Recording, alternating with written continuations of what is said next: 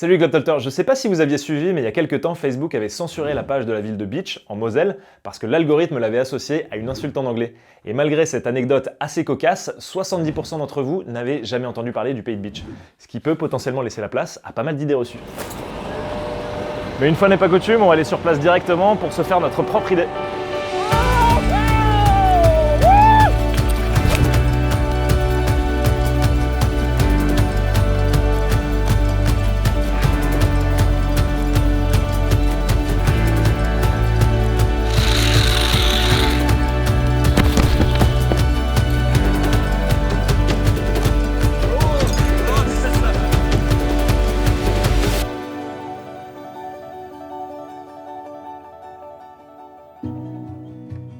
Situé au nord-est du département de la Moselle, le pays de Beach fait partie du parc naturel des Vosges du Nord, à ne pas confondre avec le département des Vosges qui se trouve plus au sud.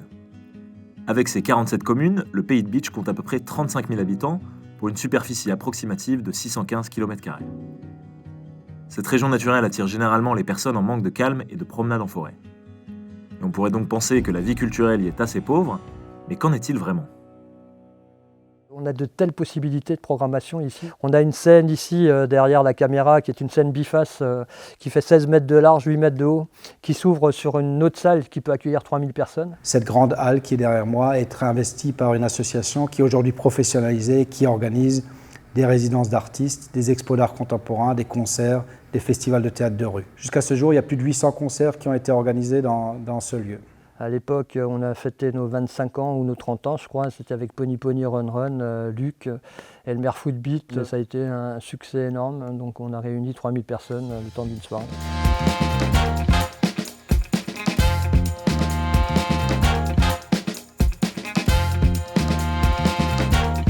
Là, on a un festival qui s'appelle Demande une lune.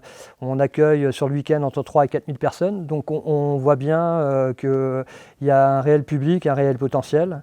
Il faut peut-être un peu plus de temps qu'ailleurs donc pour tout simplement communiquer autour. On touche 30 000 personnes par an sur l'ensemble de nos actions, ici à Meisenthal, dans un petit village de 720 habitants. En conclusion, le pays de Beach est certes une destination très nature, mais comme partout, des citoyens travaillent main dans la main pour faire vivre la scène musicale et culturelle. Mais est-ce aussi une destination pour les sportifs et personnes en mal de sensations fortes ? Je suis avec Léon du parc aventure Tepacap et bonjour Léon. Bonjour. Et si j'ai bien compris, il y en a vraiment pour tous les goûts, puisqu'il y a des familles, des enfants, mais aussi des militaires qui viennent ici. Oui, on a même les militaires de Beach qui viennent nous voir et ils viennent aussi pour s'amuser, mais ils apprécient aussi la difficulté qu'on peut leur proposer. Ok, bon bah on va tester ça.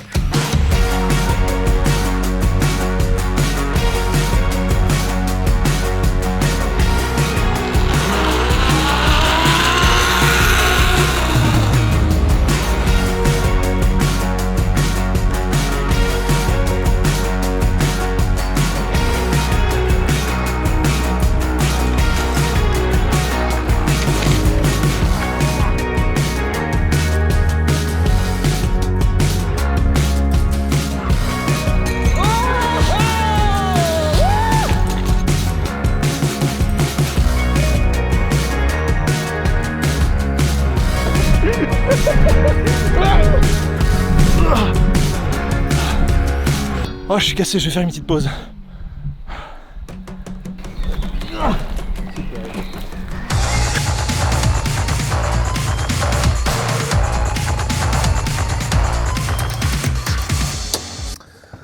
Bon, c'est pas l'activité la plus extrême qui soit, mais sachez que le golf de Beach est classé parmi les 10 meilleurs européens, donc on va aller taper quelques petites balles.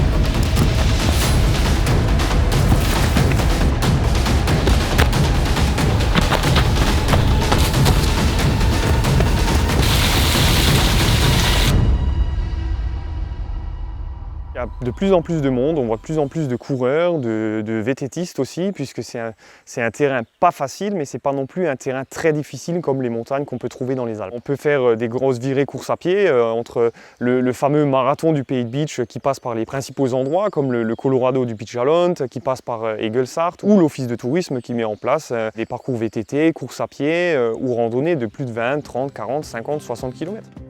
Bon, donc il y a vraiment de quoi faire dans le Pays de Bitche pour ceux qui veulent se dépenser, mais pour reprendre des forces, les choix sont peut-être un peu limités, non ?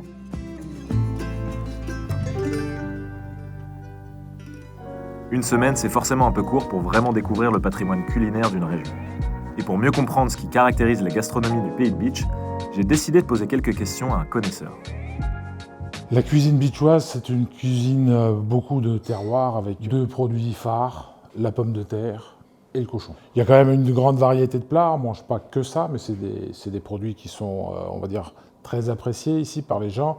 Mais sinon, il y a beaucoup d'étangs, donc beaucoup de poissons, truites, des sandres, de la carpe, etc. Donc il y a beaucoup de poissons d'eau douce aussi qui sont consommés dans le secteur. On est très très proche de l'Alsace, la cuisine est quand même très très proche parce que les produits sont toujours à peu près les mêmes, donc on retombe toujours un peu dans la choucroute, le bake-off, les Dampfnudeln, les petites galettes de pommes de terre qu'on appelle des Kronberg-Kischle ici. Ça fait partie vraiment des choses traditionnelles qu'on mange ici depuis la nuit des temps.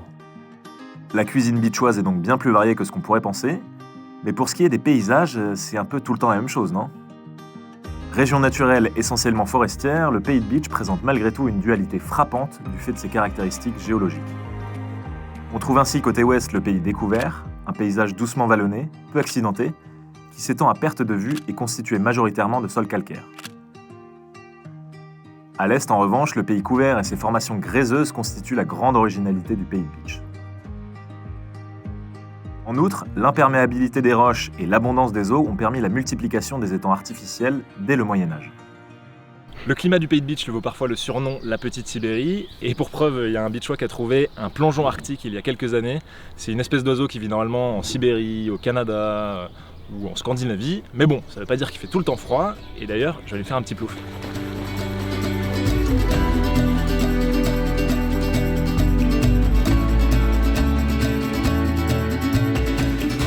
Si vous apercevez des cernes sur nos visages, c'est à peu près normal. On vient de passer la nuit au château de Falkenstein. On y était allé pour prendre des photos du ciel étoilé, parce qu'apparemment c'est un spot qui est pas mal. Et justement, on a croisé 2 passionnés, Flo et Marc, qui nous ont parlé un peu de ce qu'ils faisaient et qui nous ont un peu montré les spots où prendre des photos. Franchement, c'était super cool de les rencontrer. Et d'ailleurs, si vous voulez découvrir un peu leur travail, je vous mets leur Insta dans la description de la vidéo. Et donc après ces photos des ciels étoilés, on s'est dit qu'en fait on allait rester sur place pour se faire le lever de soleil. Franchement, l'endroit est magnifique, il y avait une petite brume entre les collines, franchement c'était top. Et parfois une image vaut 1000 mots, donc je vous montre ça tout de suite.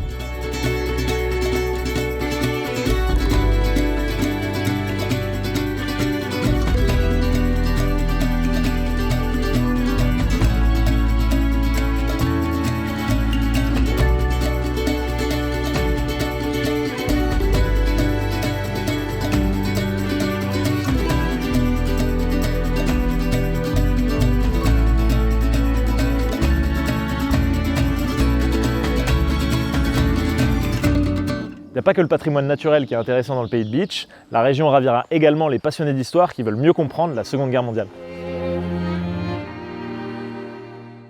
Du fait de la proximité avec la frontière franco-allemande, le tourisme de mémoire est un élément très important de la région. On trouve dans le Pays de Bitche de nombreux ouvrages ayant fait partie de la ligne Maginot. Ce dispositif de défense conçu juste après la Première Guerre mondiale doit son nom à André Maginot, le ministre de la guerre qui obtint le vote en décembre 1929 de la loi permettant le financement des régions fortifiées. La visite des galeries souterraines du Simserhof et du Fort Cassel permet de s'immerger dans le quotidien des soldats du béton et de mieux cerner l'organisation de ces régions fortifiées qui n'empêchèrent pas la défaite de la France dès 1940.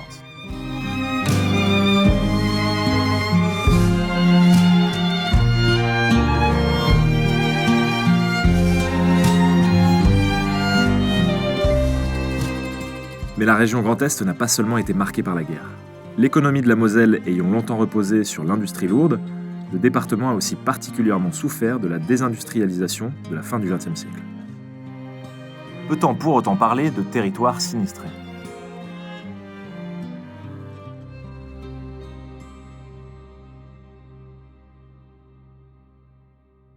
On a une tradition verrière très importante effectivement dans le pays de Bitche. C'est lié en fait aux ressources naturelles présentes sur ce territoire.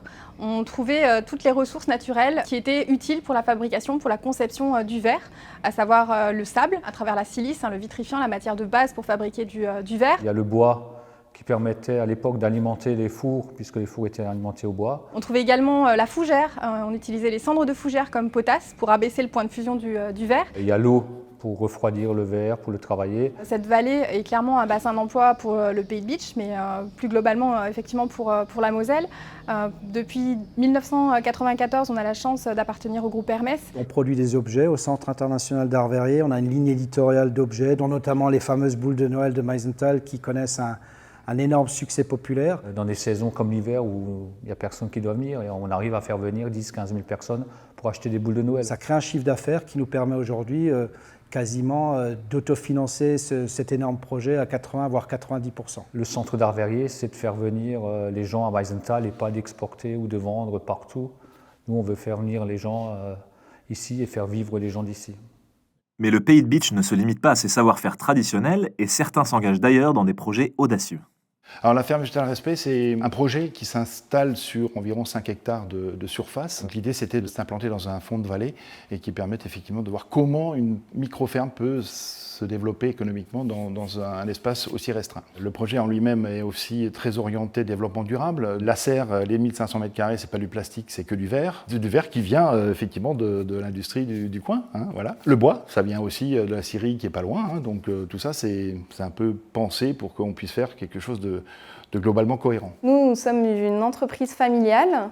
On est spécialisé dans la production de lait de jument. Donc on est sur un domaine conduit en agriculture biodynamique.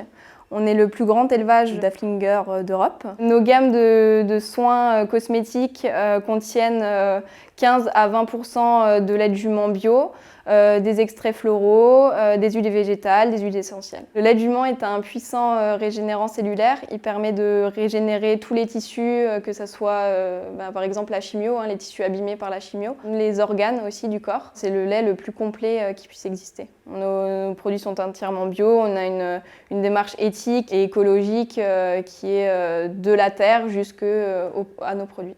C'est pas parce qu'on est dans un endroit isolé qu'on est en retard sur ce qui se passe ailleurs. Il y a beaucoup de petites entreprises qui commencent à se créer. Il y a énormément de savoir-faire, que ce soit au niveau verrier, que ce soit au niveau des boulangeries. On a le meilleur ouvrier de France aussi en boulangerie à Rohrbach-les-Bitches. Ici, on invente tous les jours.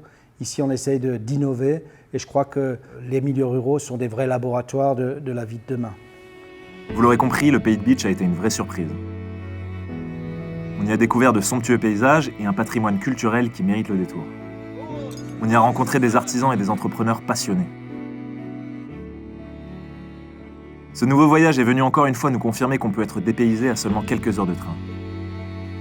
Donc comme vous avez dû le comprendre, le titre de cette vidéo ne doit pas être pris au premier degré. Parce que le meilleur moyen de se faire son propre avis sur une destination, eh bien, ça reste avant tout d'y aller.